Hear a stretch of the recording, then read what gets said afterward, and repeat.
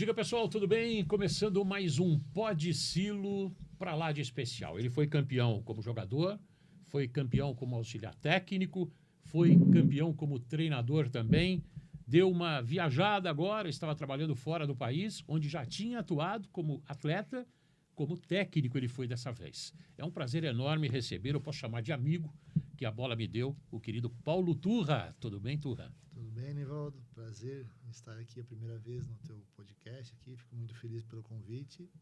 Espero que possamos ter um bom bate-papo aí. Legal. A gente sempre faz um briefing antes de começar e a gente falou sobre essa sua ida para Portugal, quanto tempo você ficou lá e o que aconteceu lá em Portugal que te deixou...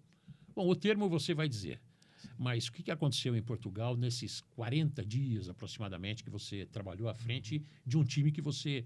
Você foi campeão lá? Não, eu não fui campeão. Eu fiz a época como jogador 2004, 2005.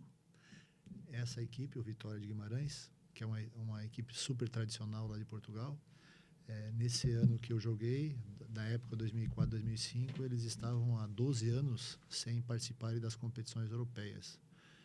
E eu tive a competência, juntamente com todo o grupo, naquele ano, de nós termos recolocado a Vitória de Guimarães nas competições europeias do ano de 2006, a época 2005, 2000, a próxima época. E agora, esse seu retorno à Vitória de Guimarães, como é que foi? O que você conseguiu extrair de lá e o que você conseguiu perceber daquilo que é um movimento que está atingindo o futebol brasileiro diretamente, que é a vinda de muitos portugueses para cá, e a contramão parece que não é bem aceita. Como é que foi isso? Nivaldo, é um assunto bem difícil assim, de entender, sabe? Porque aqui dentro do calendário sul-americano, e vale ressaltar, né? Nós temos o Brasil, que é pentacampeão mundial, nós temos a Argentina, que é tricampeã mundial, nós temos o Uruguai, com todo o seu histórico também, que é bicampeão mundial, e pronto. Temos um continente sul-americano que tem muita história, né, no futebol mundial. Então, hoje, a lei do treinador as suas federações, tanto aqui na América do Sul como na Europa, as suas federações é que realizam os cursos, mas são patenteados pela sua confederação, que aqui no Brasil, na América do Sul é a Conmebol e na Europa é a UEFA. Porém, todas as federações, estou falando agora especificamente da Europa, tem autonomia para dentro das equivalências que o treinador, no caso eu, brasileiro que fui para Portugal, eu fui com a licença Pro Conmebol, que é a maior licença para um treinador aqui no continente sul-americano. Eu fui até a UEFA, onde que eu tenho uma história como jogador de 5 anos em Portugal. Tenho uma história de 6 anos como auxiliar técnico de um treinador que deu o up no futebol europeu, no português, que é o professor Luiz Felipe Scolari, né? Com toda a história que ele tem lá em Portugal. Caberia à Federação Portuguesa de Futebol, dentro de eu apresentar todos os documentos que eu fiz aqui, todos os cursos que eu fiz aqui na América do Sul, e também perante a minha história e ao lado do professor Luiz Felipe Scolari, eu achava que eu iria ter a equivalência para ser treinador. Eu não tive essa equivalência. A minha equivalência lá, a minha licença Pro em Portugal foi dada equivalência para ser um auxiliar técnico. Então, durante os jogos que eu estive lá, eu tinha que passar a instrução à frente do gramado e retornar para o banco de reserva e sentar. Não podia nem ficar de pé. Eu tinha que fazer todo esse percurso. Senta no banco, não pode nem ficar em pé no banco, vai lá, dá a instrução ou volta. Então foi isso que aconteceu durante os jogos que eu estive lá. Eu me senti muito injustiçado. O clube também, o Clube Vitória, acredito que tenha feito tudo e mais um pouco, mas também não sei se eram os profissionais capacitados para isso, mas o clube nunca virou a cara nesse aspecto para eu ter essa equivalência, e foi isso que aconteceu. Eu cheguei lá, minha equivalência não foi aceita, não foi dada a equivalência que eu achava que eu poderia ter, e saí de lá e assim acontece. Assim aconteceu. E lá tem a Associação Nacional dos Treinadores de Futebol, que tem um poder muito forte, porque vale também ressaltar que é um dos cursos mais antigos que existe no continente europeu. O curso de treinador em Portugal acontece desde 1953. Então, é um curso muito respeitado na Europa toda.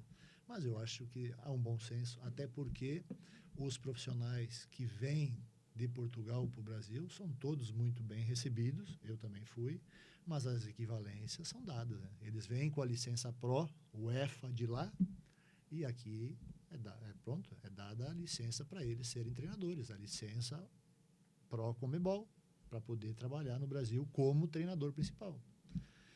Então, nesse aspecto, eu fiquei muito triste, né, por todo esse historial que eu tinha lá, e pronto, fazer o quê? Não pude mudar. Liguei para o pessoal da Conmebol, que é um brasileiro que está tomando conta hoje, que é o Maurício Marques, que é o idealizador dos cursos da CBF, para treinadores de futebol. Hoje ele trabalha na Conmebol, e ele me passou uma informação a mais, que perante o meu histórico como treinador, eu teria que ter 3 anos consecutivos na Série A do Campeonato Brasileiro. Ou seja, eu teria que ter. Eu não tenho. Eu sou treinador desde 2008, eu treinei Avaí, treinei Caxias, treinei Operário, treinei Brusque, treinei Cianorte, treinei times menores. Depois que eu iniciei ao lado do professor Felipe, na China, eu retornei no Palmeiras, no Cruzeiro, no Grêmio e no Atlético Paranaense como auxiliar. E mais 6 meses como treinador principal do Atlético Paranaense. Mas com toda essa história que eu tinha como treinador, como jogador, ao lado do professor Felipe como auxiliar, e também essa de 2008 até hoje como treinador, eu achava que haveria uma sensibilidade da Federação Portuguesa para com isso. Não teve nada. Não consegui nem conversar com eles, tudo através de e-mail e pronto. E foi dada a equivalência e não tenho o que reclamar e pronto. Quer, se não quer, retorna. Isso é uma proteção que eles fazem lá, Exatamente. Que a gente não tem aqui, né? Não, nós não temos nada. Nós não temos proteção nenhuma aqui, nós treinadores, assim, porque, sinceramente, Nivaldo, eu não sei se os treinadores que vêm de fora, os que vêm agora, os que já vieram, perguntado para eles o que foi perguntado para mim. Ou é feita, entre aspas, a sabatina com eles como foram feitas por mim, lá em Portugal.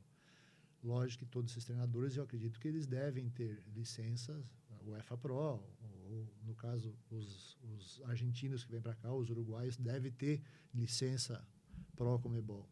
Mas eu não sei qual órgão que fiscaliza isso aqui no Brasil.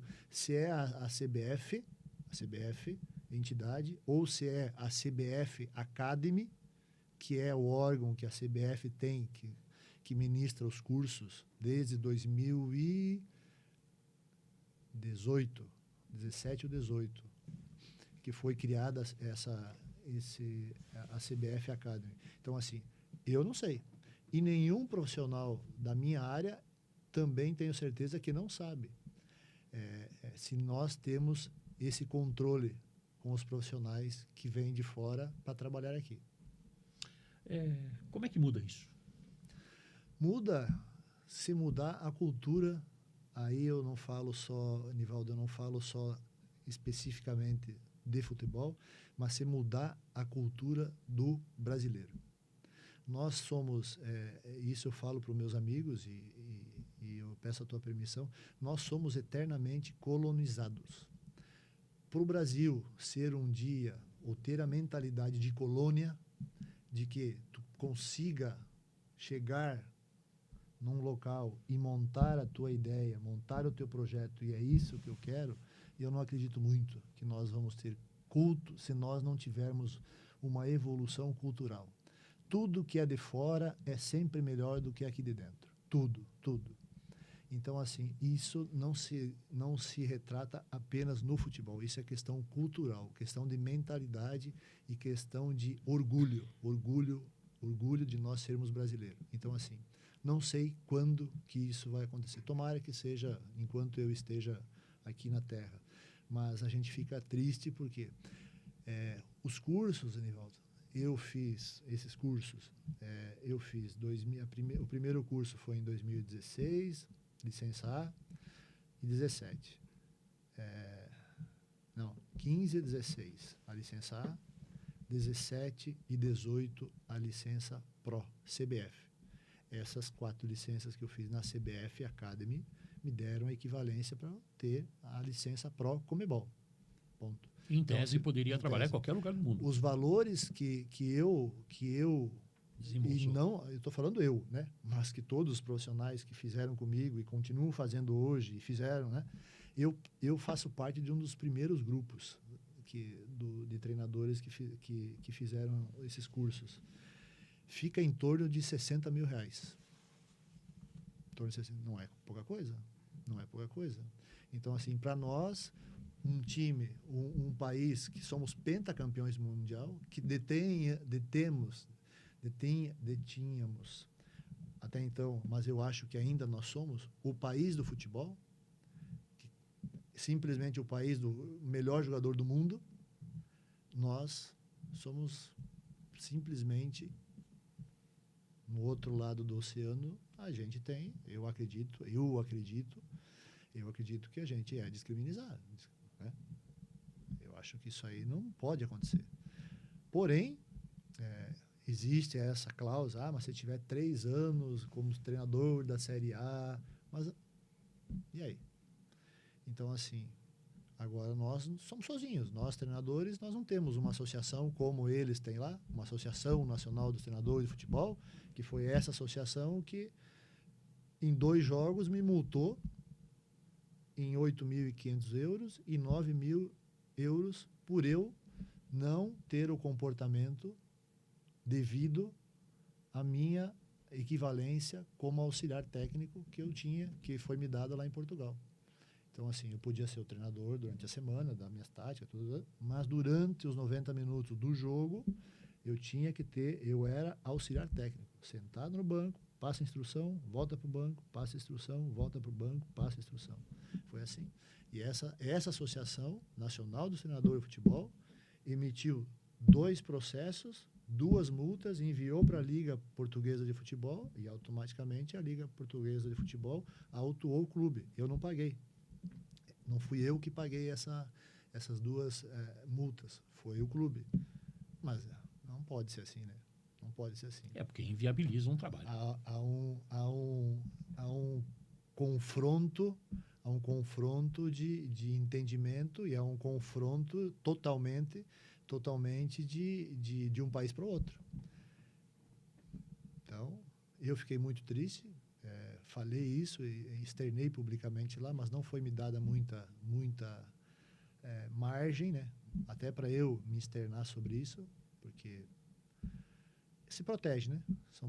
São ações protetoras que eles têm. E pronto. E eu não saí, eu acredito hoje que eu não saí do Vitória por causa especificamente desse episódio, mas eu tenho certeza que esse episódio foi um fator muito importante para que eu não tivesse continuado lá em Portugal, porque é complicado, né? Quais seus planos em relação a esse tipo de trabalho? Você tinha a intenção, a última vez que a gente tinha conversado, a intenção era realmente dar uma arejada de futebol brasileiro e mostrar um pouco da sua capacidade fora. Sim. O que você pensa? Eu continuo, mas é assim, né, Nivaldo? O que eu acho que aqui no Brasil nós estamos passando por uma fase muito difícil, nós profissionais brasileiros aqui, né? Treinadores especificamente. As outras áreas, a área da preparação física, a área da medicina esportiva, não, isso tá bem tranquilo. Mas nós, especificamente treinadores, nós estamos passando por um momento muito delicado. E por nós não termos, e aí que entra, Nivaldo, entra a questão que eu acabei de falar, por nós não termos uma associação ou nós não temos um grupo de treinadores fortes, nós temos, por exemplo, eu faço parte da FBTF, né, a Federação Brasileira dos Treinadores de Futebol. Nós temos muitas dificuldades.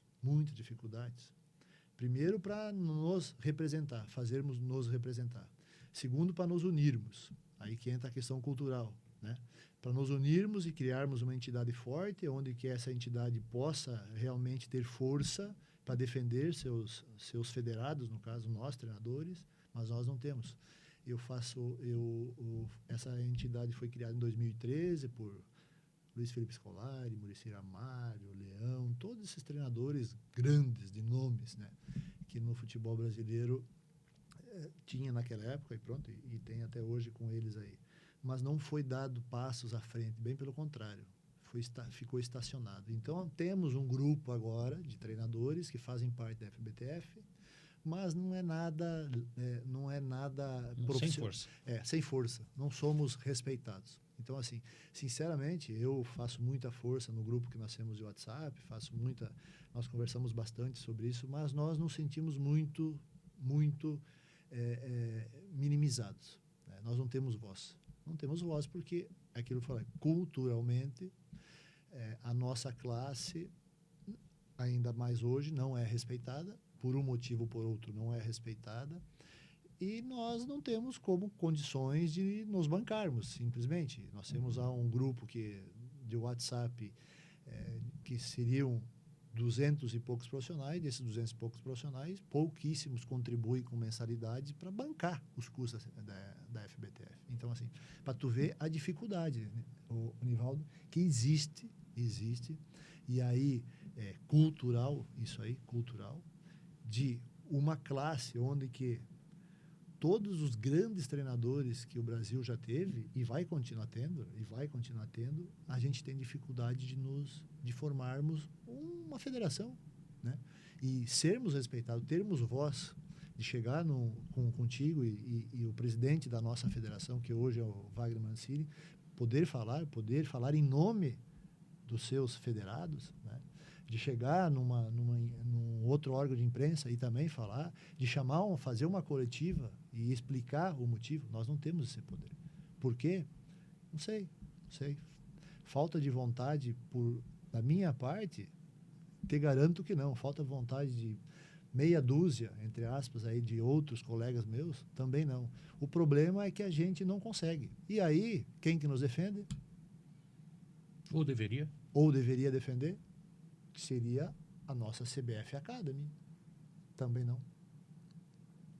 A prova disso que nós estamos indo para lá e na Europa hoje não tem treinador brasileiro, a não ser o Silvinho, né?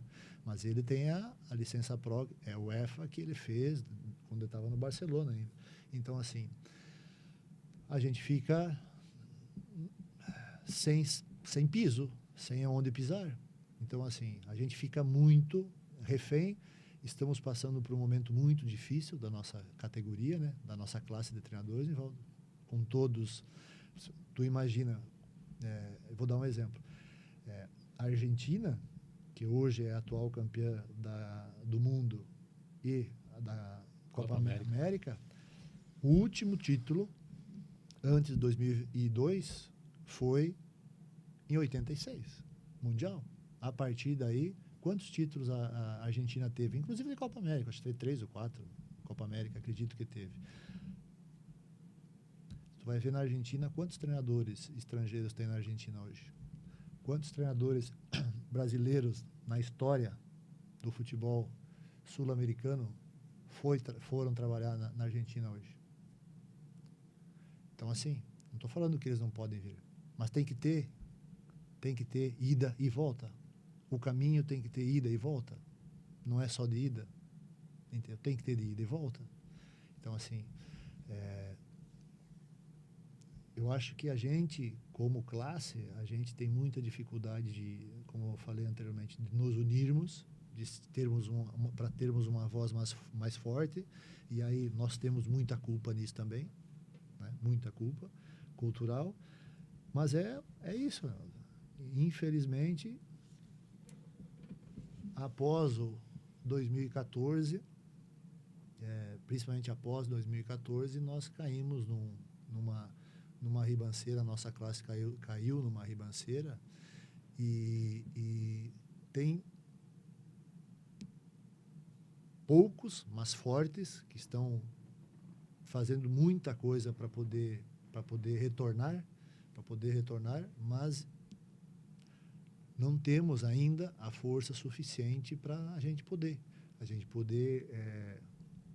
sair dessa ribanceira aí, estufar o peito e falar assim, nós somos brasileiros, nós voltamos. Então, assim, prova disso é o nosso mercado aí, né? Não, o futebol brasileiro, o principal campeonato do Brasil, mais da metade dos treinadores de fora, né? Hoje. Hoje é isso aí. E muitos jogadores também de fora. O que isso, no longo prazo, pode representar para o futebol brasileiro? Já está representando, né, Evaldo? Já está representando. A decadência do futebol brasileiro a nível de seleções, a nível de seleção, estou falando assim, a nível de clubes, quando que o último título mundial foi com o Corinthians, né? 12. Fazem 12 anos já. Fazem 12 edições que nós não somos campeões mundiais. A nível sul-americano, a Libertadores, a gente tá comandando nesse aspecto, assim. Mas em termos de jogadores aqui, vou dar um exemplo. Tem clubes na Série A do Campeonato Brasileiro que tem 10 jogadores estrangeiros. A média, eu acredito que na primeira divisão, pelo levantamento que eu fiz há um tempo atrás aí, nós devemos ter próximos de 180 jogadores estrangeiros no Campeonato Brasileiro, da Série A. 180 ou 140. Vamos fazer 150, né? Se tu colocar um plantel de 30 jogadores, vezes 20, são 600. 140, 150, quantos por cento é?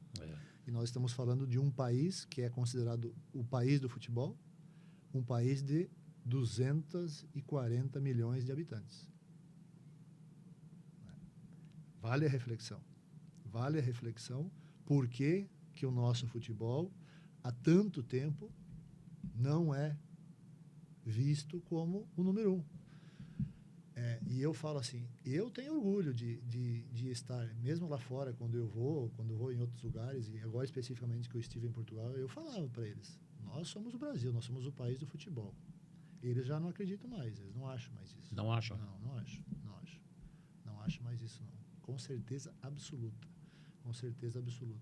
Então, assim, é uma série de circunstâncias, Nivaldo, série de circunstâncias. Se a gente ficar aqui enumerando, a gente perde um dia, ou ganha um dia, né? Enumerando tudo isso, para chegarmos num determinado ponto, é isso. Então, assim, num país que é futebol, e eu não estou nada contra os estrangeiros, não estou, bem pelo contrário. Eu só acho que tem que ter ida e volta. Tem que ter ida e volta. Eles podem vir, mas a gente também teria que ter o direito de ir. A gente também teria que ter o direito de ir. Lógico que aqui paga-se mais em relação aos sul-americanos, né? Paga-se mais, então automaticamente, pronto. Mas, num país do futebol, como nós, com tantas crianças que nascem com o sonho de ser jogadores de futebol, quantos lugares não são retirados dessas crianças, desses futuros craques aí, pelos estrangeiros que vêm aqui? Então, assim, vale uma reflexão. Por que hoje nós também não temos tantos jogadores lá fora em clubes top, né? Top. Temos alguns, mas a maioria não, que fazem parte da nossa seleção, eu acredito que a maioria não.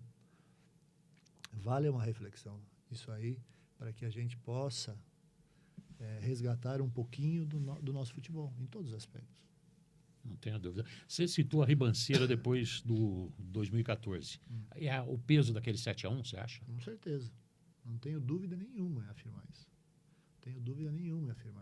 E injustamente. Porque, como eu falei, a Argentina ficou 30 e... De 90 até... De 86 até 2002. São 30 e poucos anos. Sem ganhar um título.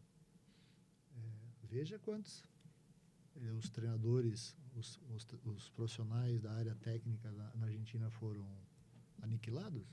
Mas por que o 7-1 pesa tanto? Não sei.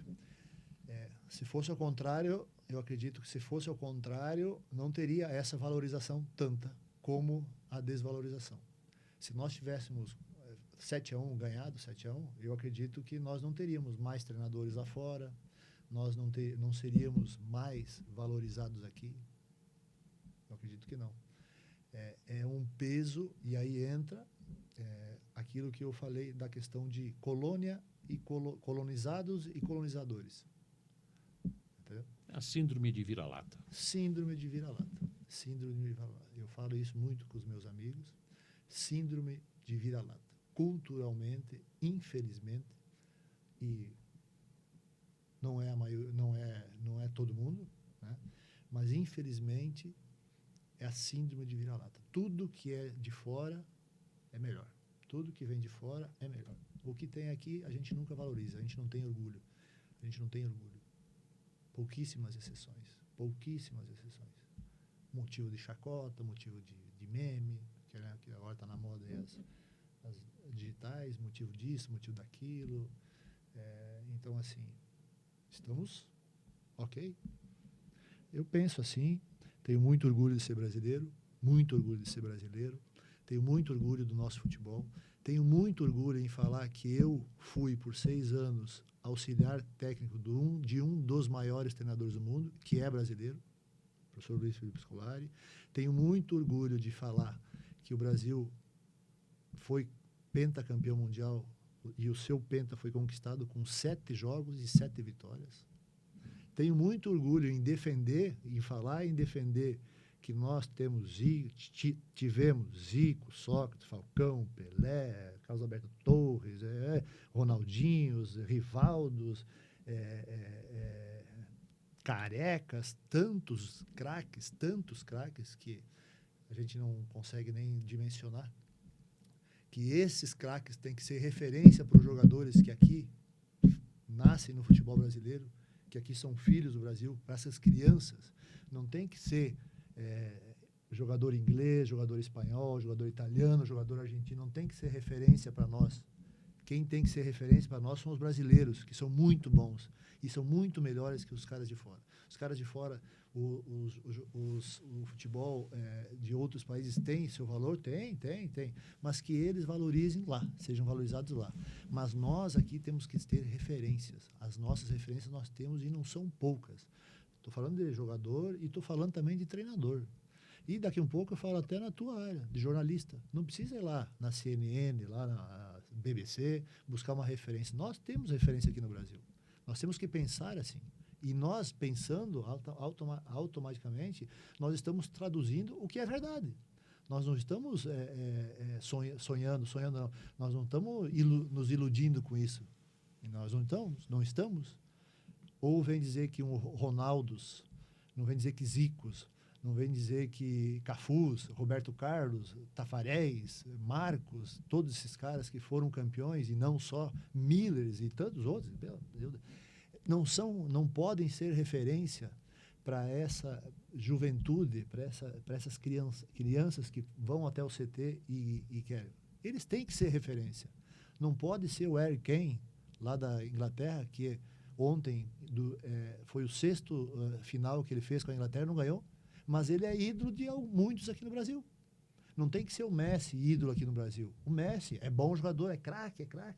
Mas aqui no Brasil, Nivaldo, nós temos referências, nós temos Zicos, nós temos Romários, nós temos tantos outros, Bebetos. E agora surgindo Hendriques, Estevão, tantos outros jovens aí. Esses caras, esses jogadores, eles têm que ter referência. Os jogadores, ex-jogadores brasileiros que fizeram por o Brasil ser o país do futebol, ser conhecido pelo país do futebol. Mas isso é cultural, Nivaldo, isso é cultural. É questão de quando o jogador chegar num clube, o clube ter lá sua história. Aqui passaram todos esses craques, entendeu? E ser fomentado isso, principalmente para quem forma opinião, que são vocês, a imprensa. entendeu? Formadores de opiniões que fomentam isso aí. Então, assim, automaticamente nós estamos nos dilacerando no futebol. Nós estamos fazendo com que as grandes referências nossas sejam minimizadas. Nós estamos super faturando as valências, os ídolos que são dos outros países, valorizando muito mais eles do que nós, entendeu? Nós somos motivo, como eu falei, nós somos motivo hoje, somos motivo de meio que de chacota. E eu não acho correto isso, entendeu? Não acho correto isso. Eu tenho muito orgulho, cara. Eu tenho muito orgulho de quando a gente vai lá fora, como eu vivi lá em Portugal por 5 anos como jogador de futebol, de eu estar nessa época que a seleção foi pentacampeã mundial, de eu ver os portugueses, cara, olhando pra gente assim, falando da nossa seleção, falando dos nossos jogadores. Hoje não acontece mais isso. O que você viu lá que você falou que os caras já não acreditam que a gente é? Mais, o que eles dizem para você? Não, ele diz, futebol brasileiro já foi. Futebol brasileiro já foi. Ele fala, futebol brasileiro. Futebol brasileiro. Quanto tempo faz que nós não temos o melhor do mundo? Faz tempo. Quantos anos da última Copa? 2002. Uma fila de 24. Repetindo, né? Porque 70, 94. Exatamente. Agora 2002, 2026. Exatamente. E ganha 2026? Se deixarem o Dorival trabalhar, se derem condições realmente para que ele possa fazer um trabalho, porque o Dorival é um cara muito bacana. Além de ser um conhecedor de futebol, é uma pessoa extremamente íntegra. E eu conheço o Rodrigo Caetano também, o Cícero, que lá está. Trabalhei com o Cícero no Palmeiras, são muito competentes, muito competentes. Eu só não concordo com a chuva de críticas que tiveram em cima deles nesse momento que a seleção na Copa América que não ganhou. Até parece que eles teriam uma varinha mágica de bum, num histórico onde que durante um ano ficamos esperando um treinador, ficamos sonhando com um treinador, né? O Ancelotti. Não, no último, segundo que eu fiquei sabendo, no último minuto ele caiu fora. Nesse tempo a gente colocou 2 treinadores, um inclusive da campeão da Libertadores da América, o Fernando Diniz, como interino, né? Um campeão da Libertadores da América interino. Tu já pensou o Galhardo na seleção argentina? Trabalhando como interino, campeão pelo River Plate da Libertadores, jamais aconteceria isso. Mas no Brasil acontece, entendeu? Tenho pena do Fernando Diniz, que é um grandiosíssimo profissional, grandiosíssimo. Mas aconteceu. Então, assim, dando tranquilidade para o Dorival, dando estabilidade para ele, de chegar para ele assim, tu vai ser o nosso treinador, tá? Tu faz o teu trabalho. Eu acho que nós temos prova, nós temos condições sim, porque é um grupo novo que está se formando, né, com alguns jogadores já mais rodados da seleção, mas que tem jogadores que estão chegando, e que a gente possa, aos poucos, resgatar o nosso orgulho pela nossa seleção. Mas o resgatar o nosso orgulho tem que se fazer com amor e com a alma. Não é só para falar, não é só para falar, entendeu?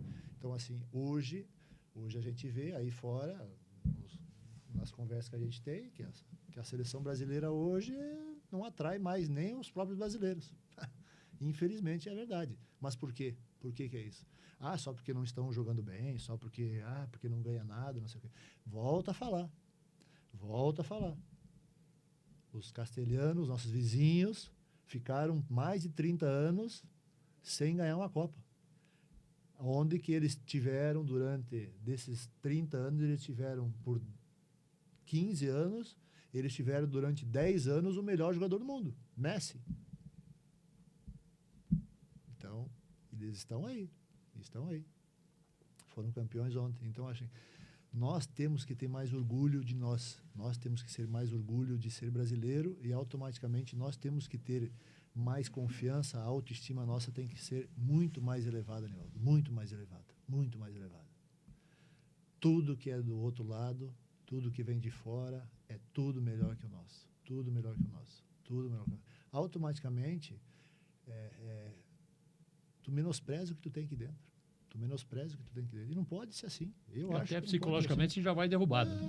Tu já toma um tombo, tu já está perdendo psicologicamente. E hoje o mental é muito importante nesse aspecto. Então, assim, vale para reflexão, sabe? Vale para reflexão. Eu penso muito nisso aí, eu penso muito porque é o trabalho que eu saí da roça com 15 anos e estou até hoje. É um trabalho que eu amo, por isso que eu também saí da roça, mas também eu saí porque eu achava que eu tinha condições de jogar futebol e pronto, e eu trabalhava na roça, meu pai não tinha condições e vou viver. E o futebol me deu vida. O futebol me deu vida, me deu condições que eu tenho hoje. Então eu jamais vou virar as costas para o futebol brasileiro. Joguei lá fora, trabalhei como treinador auxiliar do professor Felipe também lá fora, mas quem me deu a base, quem me deu sustentação e o suporte foi o futebol brasileiro. Claro. Bom, para tocar o barco, o Dorival acertou de sair do São Paulo para ir para a seleção? Sim, dúvida nenhuma. Seleção brasileira é o objetivo de qualquer profissional do futebol brasileiro especificamente. Vai falar em basquete? Pô, quem que não vai de um time de basquete recebe a proposta, recebe o convite do presidente da Federação de Basquete, não vai? É seleção brasileira, gente. Seleção brasileira. Fecha o olho e vai. Fecha o olho e vai, entendeu? Tá difícil lá, tem problema aqui, tem problema ali, cara. Mas é a seleção brasileira. Chega ao ponto, né, Nivaldo? Chega ao ponto daqui um pouco tu pensar, mas a seleção, tu acha que vai? Cara, da onde? Como é que a gente chega num ponto desse, gente? Que a gente questiona se vale a pena um profissional ir para a seleção brasileira, ir para o top dos top. Não tem o que pensar. Não tenho o que pensar. Não tenho o que pensar. E o Dorival ali, eu tenho certeza que o Dorival vai se dar muito bem nisso aí, porque, volto a repetir, é uma pessoa super do bem, super do bem, tem conhecimento do que ele faz e tem um suporte através dos dois profissionais que chegaram com ele na seleção, do Rodrigo Caetano e do Cícero, que são altamente profissionais e são profissionais de excelência. E pronto, eu acredito que dentro disso a CBF como entidade também vai dar a retaguarda para ele e vai dar o suporte. Se deram, como fizeram também com o Tite, né? Deram duas copas para ele. Não ganhou, mas foi dada. Não ganhou como tantos outros também não ganharam. O Tele Santana, que depois dos títulos do São Paulo, e não só, Tele Santana hoje não só, é um dos maiores treinadores do futebol brasileiro de todos os tempos. Não tenho dúvida nenhuma afirmar, né? Por todo o histórico que ele tem, que bola, que os times dele jogavam bem, ganhavam, mas ficou também 2 Copas do Mundo sem ganhar. Em branco, o Sebastião Lazzaroni, que depois teve que trabalhar fora, porque aqui fecharam as portas. Exatamente. Então, assim, temos exemplos. E eu acredito que nós temos 3 profissionais de muita qualidade hoje. Quem sabe, a gente, né, quem sabe, tivemos também com o Tite, tivemos com, né, o professor Felipe e tudo, mas isso. Mas o que eu acho que nós temos é que, primeiramente, resgatar é orgulho de ser brasileiro. Claro. Eu não acredito em sorte, eu acredito em trabalho. Também. E talvez algumas coincidências que possam acontecer. O menino da roça sonhou em ser jogador e foi campeão como jogador. E pelo seu caminho, ainda jovem, passaram excelentes treinadores, né? Você conheceu o Tite lá atrás, quando você foi campeão lá em Caxias. Você teve o Celso Roth no caminho, teve Mano Menezes também por ali. Depois teve, eu não sei, no Botafogo, Joel Santana no Botafogo. Pô, que é uma grande figura também, né? E aí, na saída do Filipão, campeão. O Filipão tinha saído e você foi campeão da Copa dos Campeões, né? Era o Murtosa, né? Que era um dos assistentes dele. Exatamente. Eu estava do lado do Murtosa quando o telefone tocou, assim que o Palmeiras foi campeão. Foi em Maceió isso daí. Exatamente. Aí toca o telefone, eu tentando entrevistar o Murtosa, era o Filipão dando os parabéns para ele. Você acha que ali, com essas coincidências, ali se traçou um treinador para você, um caminho para ser treinador, com esses caras? Eu acredito que sim. Buscando todos esses fatores que tu mencionou aí, tu acabou de mencionar. E eu trabalho muito com a questão de sonhar, sabe? Da mente. E automaticamente é da mente, o Nivaldo. Tu pegar de treinadores Celso Roth. E pode falar o que quiser do Celso Roth. Celso Roth ganhou Ganhou título brasileiro, ganhou campeonatos regionais, ganhou Libertadores. É um cara que ganhou. O que você acha disso que falam dele? Ele foi meio que rotulado, né? Rotulado, mas é aquela coisa assim, rotulado por quê? Porque ele ganhou? Porque o futebol dele, falavam que o futebol dele era retranqueiro. Mas o que quer dizer futebol retranqueiro? Se ele ganhou, entendeu? Essas coisas que a gente não entende, assim, sabe? Aí eu vou te falar, vou passar rapidamente, assim, já falei em outras situações para os amigos. O Guardiola ficou 8 anos no Manchester City, gastou 1 bilhão de libras para ser campeão da Champions League. Entendeu? Foi campeão da Champions League. Estou dando um exemplo. Gastou 1 bilhão de libras para ser campeão da Champions League. 1 bilhão de libras hoje são 7,5, 7,6 bilhões de reais. De reais. Em 7, 8 anos.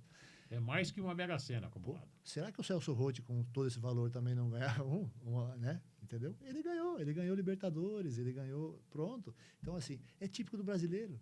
É típico do brasileiro isso aí. Menosprezar ou desprezar o que é nosso. O que é nosso. Lógico, daqui a um pouco fala assim, mas o Celso Roth podia jogar mais para frente, ou podia... Não, mas com esse, ele ganhou. Então, assim, e eu dentro desse tempo, voltando ao aspecto, eu dentro desse tempo, como jogador, que saí lá da colônia, lá do interior, lá da roça, que eu sempre sonhava de ser jogador de futebol, e eu consegui. Porque eu tenho na ideia de tudo que eu sonho, tudo que eu mentalizo, eu consigo. E consigo, eu não tenho dúvida nenhuma em afirmar isso. E eu consegui ser jogador. E com todos esses nomes que tu falou, Tite, que passaram Filipão, Murtosa, Tite, Celso Roth, Mano Menezes. Mano Menezes, eu contei a história para ti aqui. Mano Menezes, em 93, eu era sub-20 do Caxias e ele era treinador do sub-20 do Guarani de Venâncio Aires. E nós vencemos um jogo, uma eliminatória das quartas de finais do Campeonato Gaúcho, onde que empatamos o primeiro jogo fora de casa, em Venâncio Aires, terra do campo do Guarani, e no jogo de volta nós ganhamos no último minuto de virada, 2-1, e eliminamos o time do Mano Menezes. Pô, o Mano Menezes é uma outra lenda, né, no futebol. Quantas Copas do Brasil ele ganhou? Trabalhou em todos os clubes grandes do futebol brasileiro aí.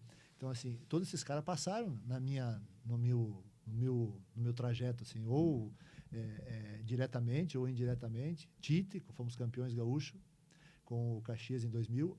Em 2 anos antes, ele estava há 2 anos como comentarista da Rádio Caxias, né? Então, assim, e o professor Luiz Felipe Scolari, que foi zagueiro do Caxias, onde eu também fui zagueiro, né? E não precisa nem falar nada do professor, de tantos títulos que ele recebeu. E o Murtosa, que sempre foi o braço direito do professor. O professor é 2 mãos, né? Tem uma mão e meia, que é o Murtozinho ali, né? Que tá junto com ele aí. Que também fez muito nesses títulos que o professor teve aí. Então, assim, eu tive esses caras no meu caminho. E automaticamente, foi a minha ideia de ser treinador, eu formatei no dezembro de 2004. Quando eu estava lá no Vitória de Guimarães, num jantar de Natal com um amigo meu brasileiro, um casal de amigo meu brasileiro, que eu formatei. Eu estava com 30 anos, se eu tivesse 33 anos hoje, nesse ano, eu pararia porque eu quero ser treinador de futebol. 3 anos depois, em 2007, eu encerrei minha carreira como treinador, com 33 anos, para ser de jogador, para iniciar minha carreira como treinador.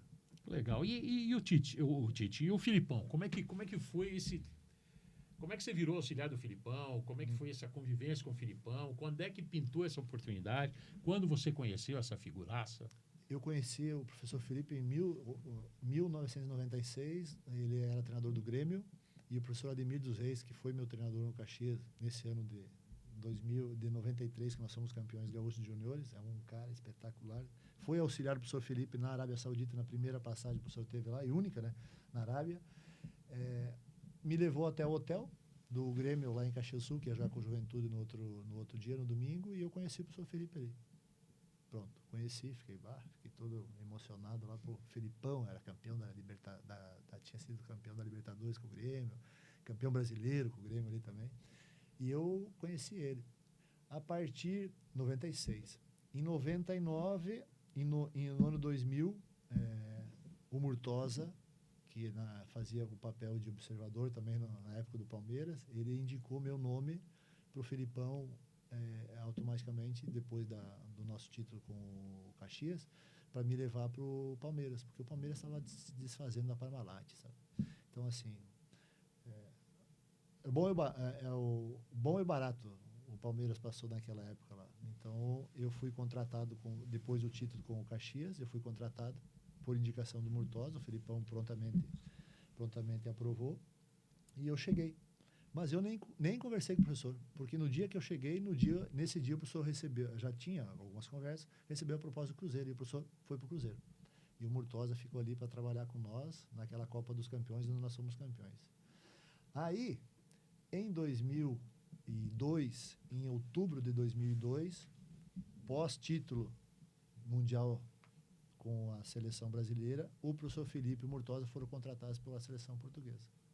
Uma manhã, final da manhã, eu recebo uma ligação do Brasil. Naquela época o celular não tinha, nós somos hoje, né? Eu tinha celular já, mas só tinha o número que era. O número do Brasil? Quem pode ser essa hora?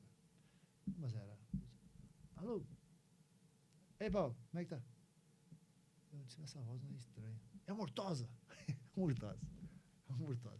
Aí o Murtosa falou assim, explicou tudo, ele perguntou do nosso guarda-redes naquela época, o Ricardo, né? Que depois foi goleiro da seleção pelo tempo que eles passaram por lá.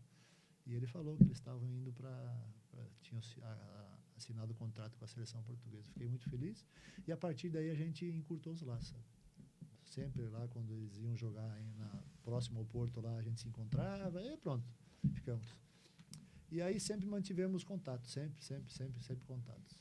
Em 2016, daí, em 2011, vim fazer um estágio no Palmeiras aqui, com eles, 2012, quando eles foram campeão da Copa do Brasil. Eu vim fazer um estágio com eles aqui, aí eu conheci mais o Pracidelli, assim, eu já tinha conhecido na época de jogador, mas aí eu fiquei mais próximo do Pracidelli também. E em 2016, eu fui treinar o Cianorte, do Paraná, pela segunda vez, fomos campeões do Campeonato Paranaense da segunda divisão, invicto. E o campeonato terminou em julho, e o professor e o Murtosa já estavam lá na China há um ano. Em 2015, eles tinham sido campeão da Champions League Asiática. Em outubro, eu fui para Portugal, passar uns dias lá no Vitória e no Boa Vista, para ver os treinamentos deles lá e ver os amigos. Um dia acordei, recebo um e-mail do Felipão.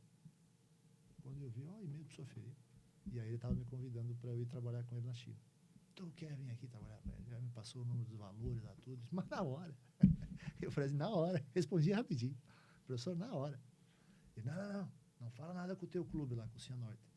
Deixa que agora eu tendo o teu ok, eu vou passar o teu nome aqui pro CEO aqui, naquela época, né, que era o chinês lá, e pronto, essas coisas. Aí, 10 dias depois, ele retornou, me dando ok. Pode falar lá pro teu time lá que tu vai vir para cá. Aí pronto. Aí eu fui para lá, nós fomos campeões da Recopa chinesa, nós fomos campeões do campeonato chinês. Eu tive a oportunidade de trabalhar em 6 jogos como treinador principal, porque o professor estava expulso. O homem era sanguíneo e o chinês queria saber, sai. E lá ele não podia nem ir para o campo. Como é agora no Brasil, também agora eu vou no Brasil. Mas naquela época ele não podia nem ir para o campo. Não podia, nem entrar no vestiário, nada.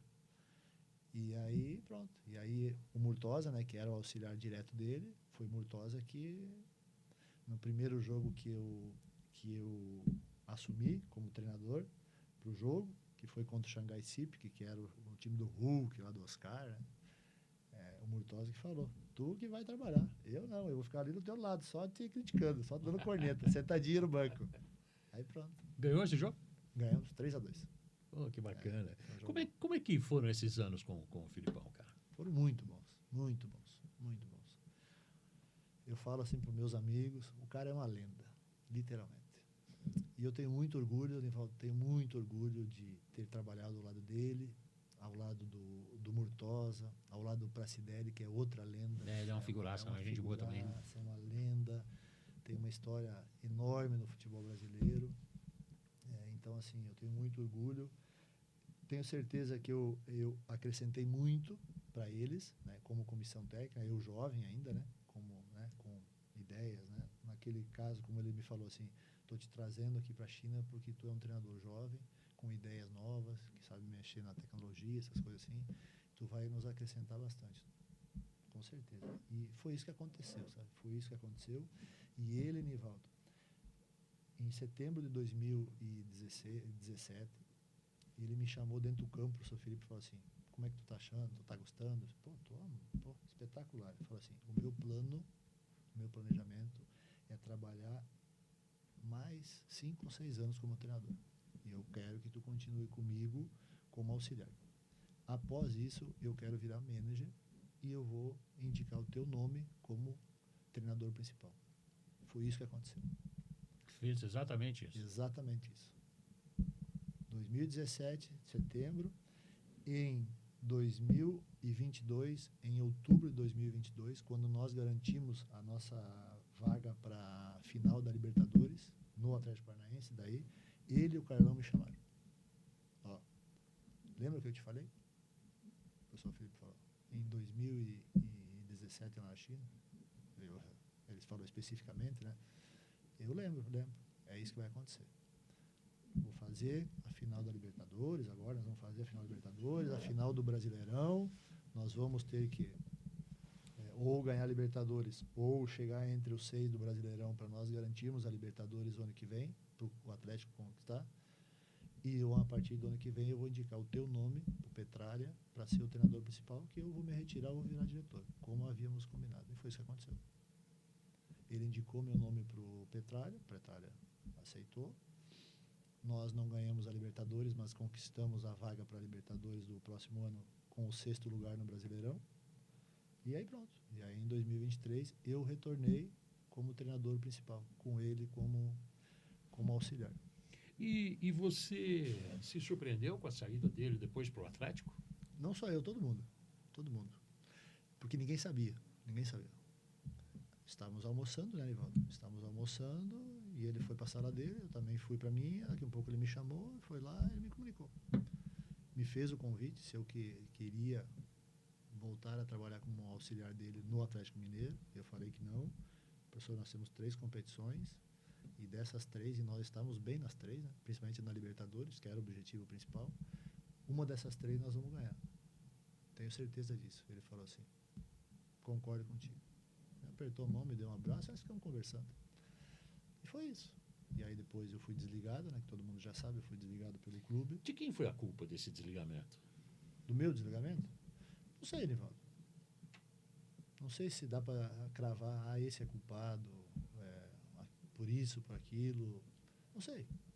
O clube alegou que por eu fazer parte do projeto Felipão, de ele ter sido a indicação dele para ser treinador, automaticamente foi junto. Eu acho que pode ser uma represária do clube, ou do caso Petralha, perante a saída do professor, que ninguém esperava, né? Porém... Mas eles tinham aceito num primeiro momento, né? A tua efetivação lá como treinador. Sim, tinha Isso aceito. que ficou estranho. Eu estava 6 meses, né? E nesses 6 meses nós fomos campeões invictos paranaense, né? Uma campanha de 15 vitórias e 2 empates.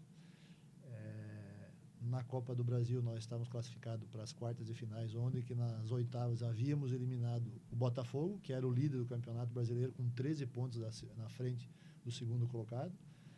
Na Copa do Brasil nós estávamos classificados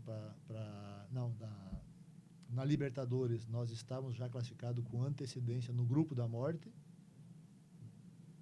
para as oitavas de finais, e no Campeonato Brasileiro nós estávamos em 7º, a 2 pontos do 4º. Nem hoje dá para entender. Não dá. Um aproveitamento de 72,3%. Pronto. Não dá para dizer quem que é o culpado, assim. O culpado disso, culpado daquilo. Pronto, acho que o tempo vai se encarregar disso, né? Porque, queira ou não, a partir daquele momento ali, o Atlético Paranaense não fez campanhas boas, né? Estava fazendo uma campanha excelente.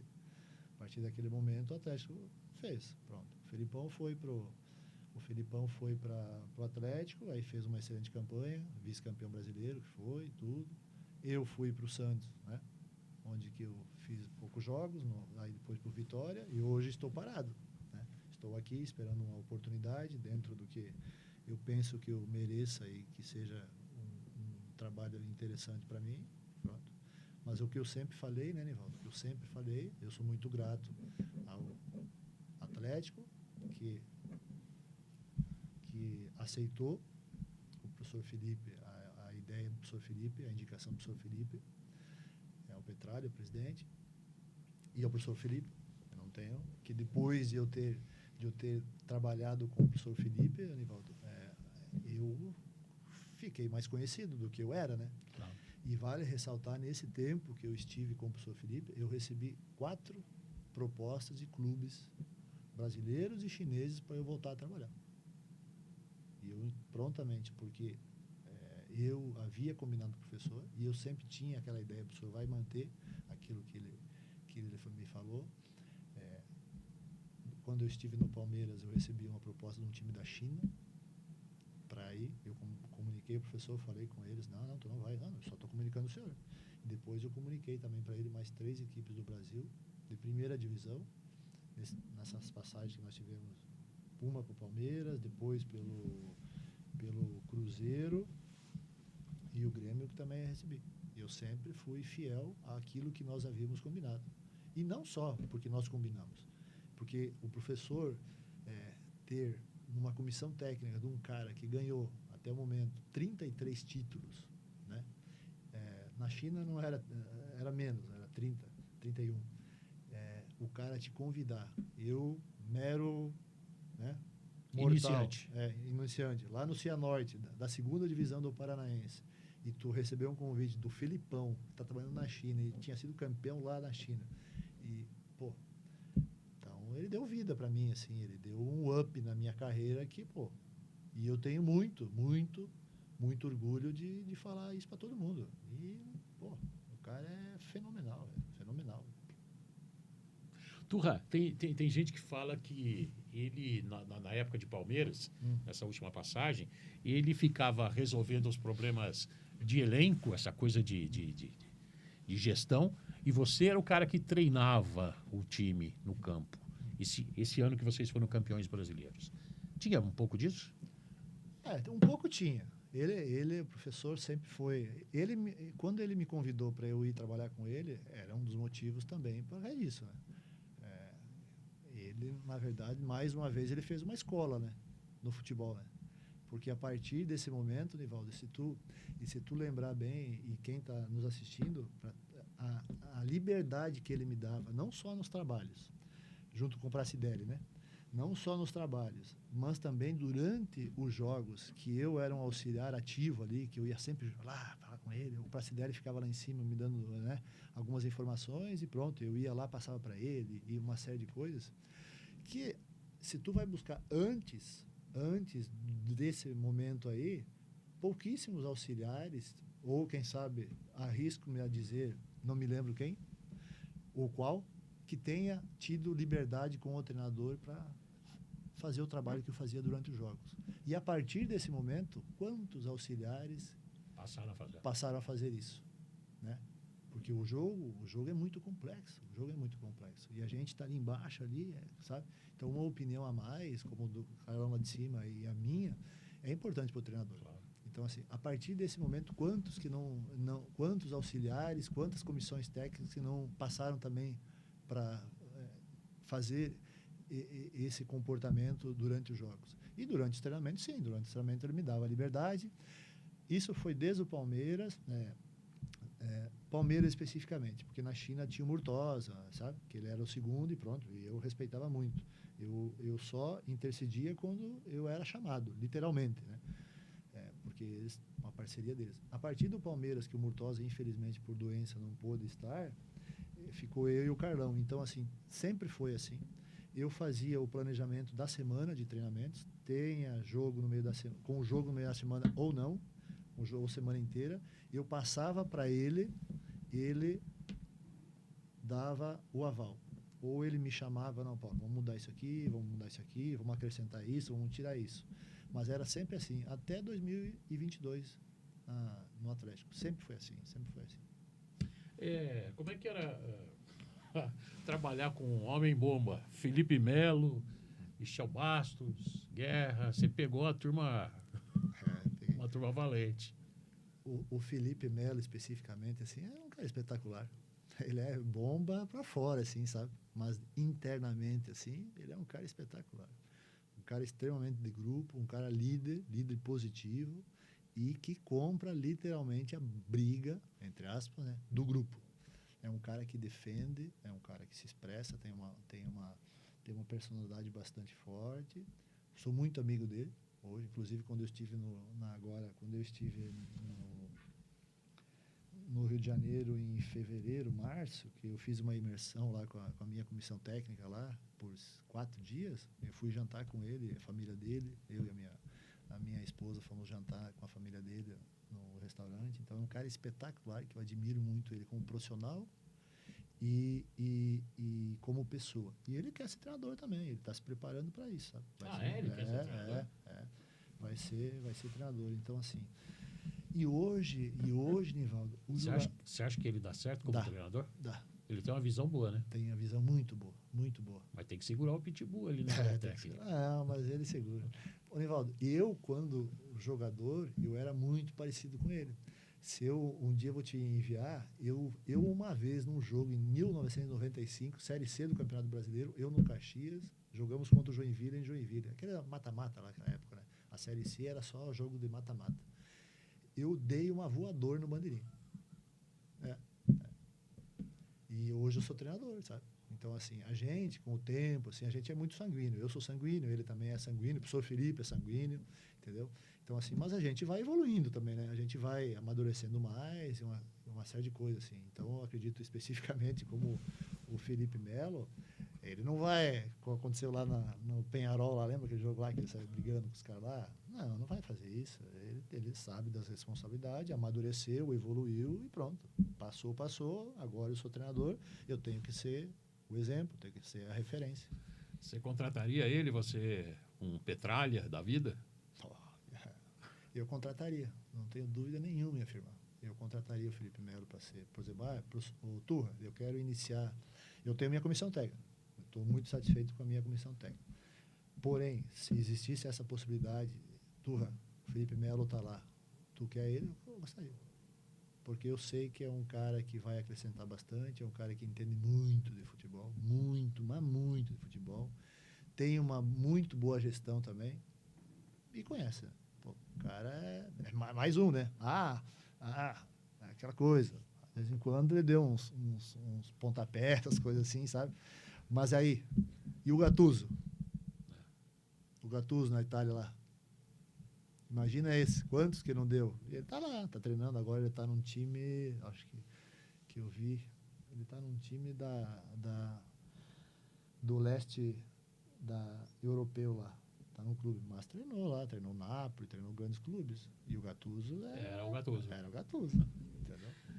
No Santos, por que não deu certo?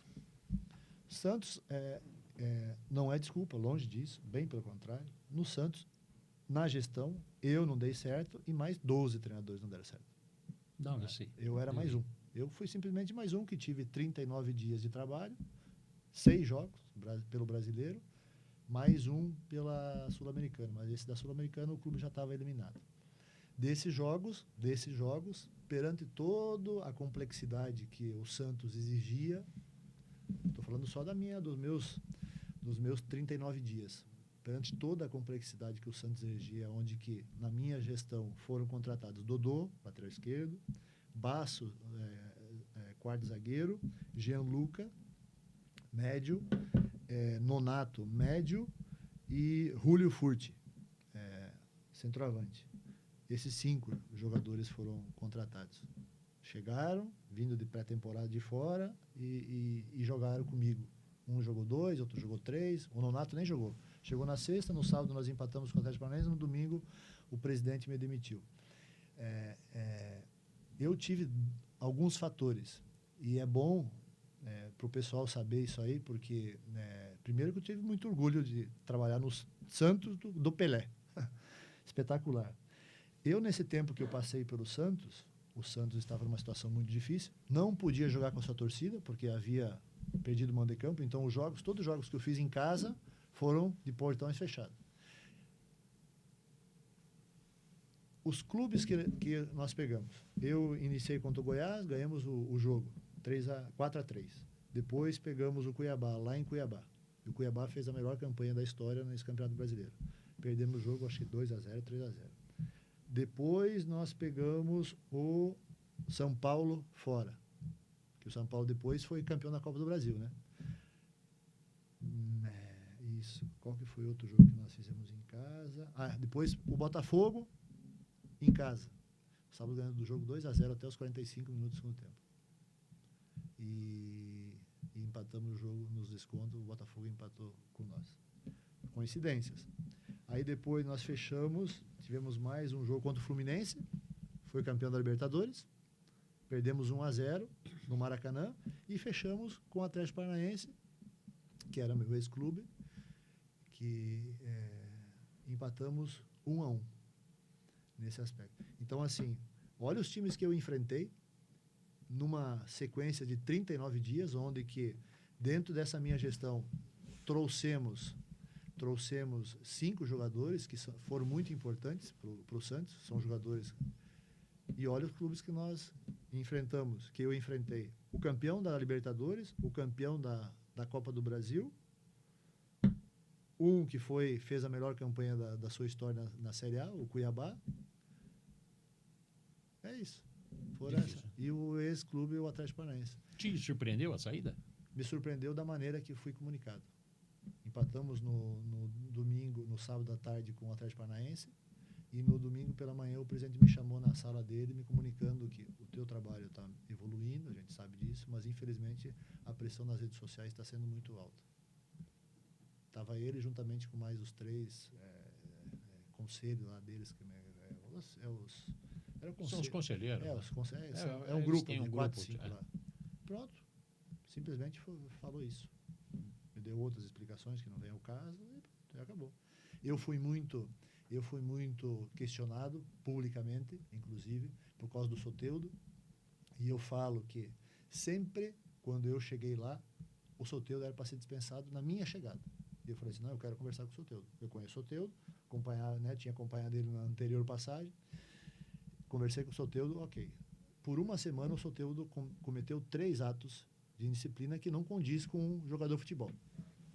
E ele já era para ter sido dispensado na minha chegada, pela direção, por determinação da direção. Eu pedi esse voto de louvor para eles. Calma, deixa eu conversar.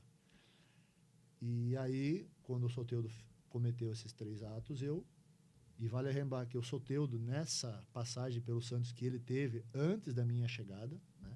Antes da minha chegada, ele estava 14 meses no clube, ele não tinha feito nenhum gol, e tinha dado 3 assistências. Tinha feito 3 lesões. E eu acho que era um dos maiores salários do clube. Pronto.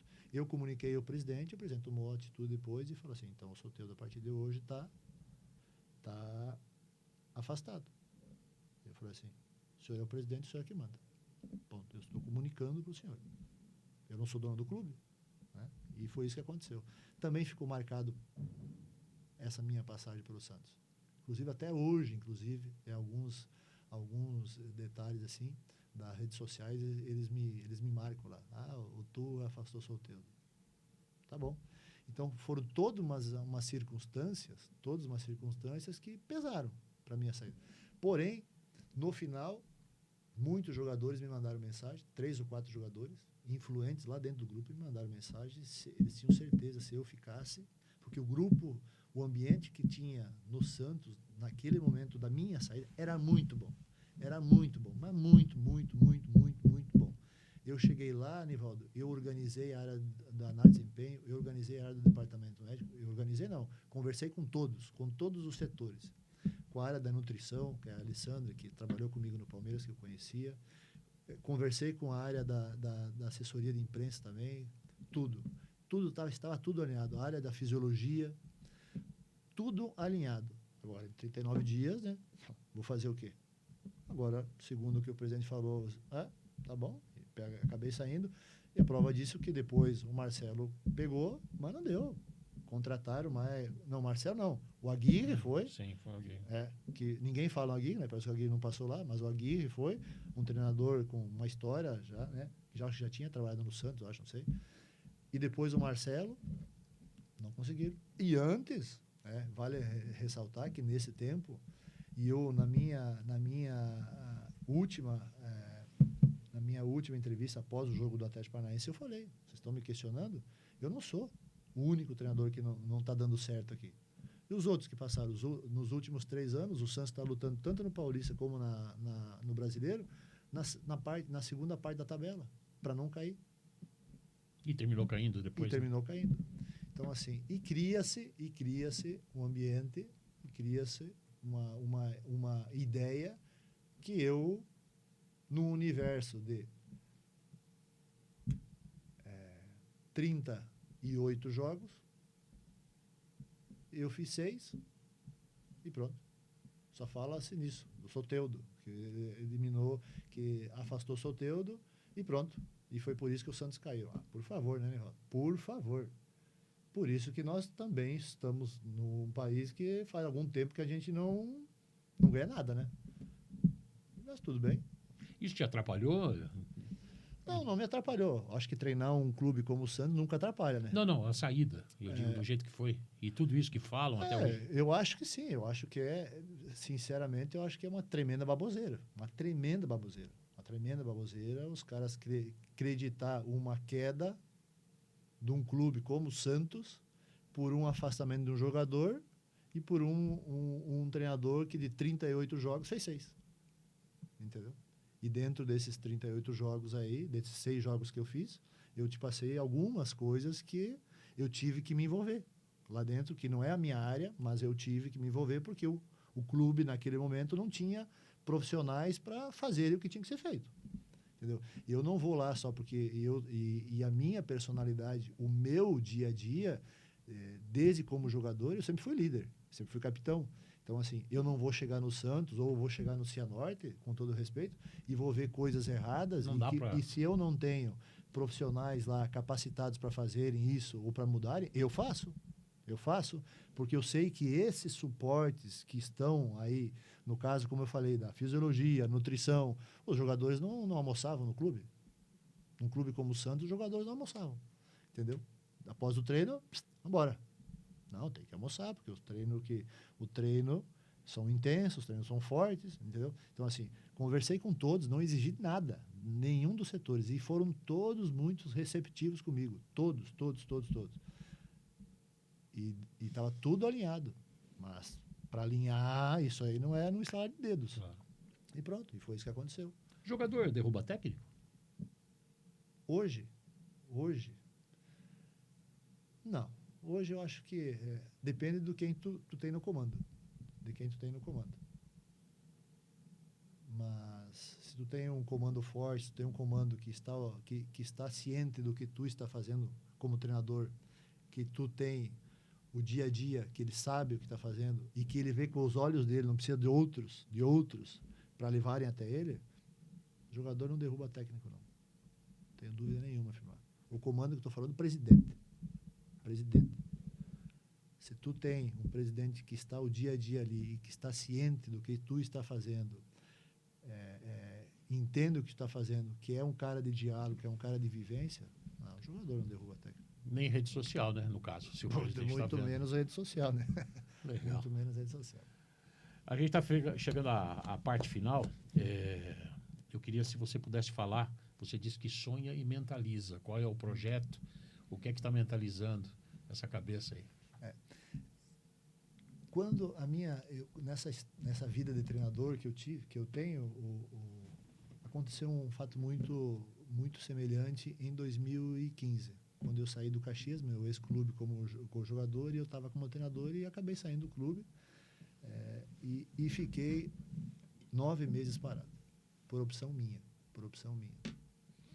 Nesse tempo, eu refleti muito, conversei com muitos amigos, uma série de coisas assim, e eu mentalizei. Eu vou encontrar um clube que tenha condições de brigar para a parte de cima, que me dê condições para eu trabalhar, para eu fazer o meu trabalho. E em novembro de 2015, final de novembro de 2015, eu assinei com o Cianorte, na segunda divisão, do Campeonato Paranaense. Podia até, mas na segunda divisão? Eu vou, porque lá tem pessoas que eu conheço, o presidente Lucas Franzato e o Adir Kist, pessoas que eu conheço, que eu já tinha trabalhado lá, e são pessoas que vão me dar a retaguarda para eu fazer um bom trabalho. E foi isso que aconteceu. Fomos campeões invictos e em 2016, em novembro de 2016, eu recebi o convite para trabalhar com o Felipão e sua comissão técnica na China. E agora é a mesma coisa. Nós temos, eu e a minha comissão técnica, eu tenho 3 profissionais ao meu lado, eu e mais 3. Esses 3 trabalharam comigo 39 dias no Santos e 42 dias no Vitória. É muito pouco tempo. É muito pouco tempo para trabalhar. E nesse tempo que nós estamos parados, nós fizemos 2 reuniões semanais por videochamada, onde que a gente debate, onde que a gente dialoga, troca ideias, uma série de coisas. Ficamos uma semana no Rio de Janeiro, lá, em imersão e pronto. Então, assim, esse tempo está servindo para eu alinhar tudo e mais um pouco com a minha comissão técnica, que hoje é muito importante. E, Nivaldo, o futebol hoje está muito complexo. Muito, muito, muito. O futebol hoje, por não ter mais o diferencial, e especificamente brasileiro, que é o jogador de qualidade, de drible, de ginga, de improviso, que está se perdendo, hoje o futebol está muito dependente de um plano de jogo. E quem dá o plano de jogo, quem faz o plano de jogo, é o treinador e sua comissão técnica. Então, nunca o futebol esteve tão dependente do seu treinador como o futebol é hoje. E hoje o futebol, além de estar muito dependente do plano de jogo, do plano estratégico, da estratégia de jogo do seu treinador e da sua comissão técnica, o futebol está muito complexo, porque o futebol virou muito físico. O futebol é muito físico. Hoje tu tem que andar lado a lado com todos os departamentos do clube. A área da fisiologia, medicina esportiva, fisioterapia, a área da preparação física. Tu tem que andar muito lado a lado. Tu, treinador, tu tem o comando, tu é o líder, mas tu tem que ouvir, tu tem que conversar, tu tem que dialogar com esses setores, para que o teu trabalho dentro de campo possa fluir da melhor maneira possível. Então, a complexidade no futebol hoje está muito, muito, muito alta. E por isso que eu não tenho dúvida nenhuma em afirmar, seja amanhã, ou seja depois de amanhã, ou seja daqui a um mês, eu vou encontrar um clube em condições que vai me dar o suporte e eu, como sair lá da roça, 500 quilômetros de Porto Alegre, para ser jogador de futebol, que todo mundo dava risada, tá maluco, vai ser jogador de futebol, Paulinho? Me chamam de Paulinho? Me chamam de Garaio, sabe? Garaio lá no interior do Rio Grande do Sul, lá onde eu nasci. Garaio é minguadinho, assim, né? Magrinho, né? Garaio, vai nada. Eu fui jogador de futebol. Eu disputei Champions League, disputei Libertadores como jogador. Fui campeão pelo Palmeiras como jogador, fui campeão com o Caxias, o único título que o Caxias tem do Campeonato do Gaúcho. Eu fui campeão e fui capitão. Então, assim, não tenho dúvida nenhuma. Eu sou um cara vencedor. Eu nasci para vencer. Agora eu estou tendo um tempo para reciclar, para ajustar, e quando eu voltar a milhão. Não tenho dúvida disso.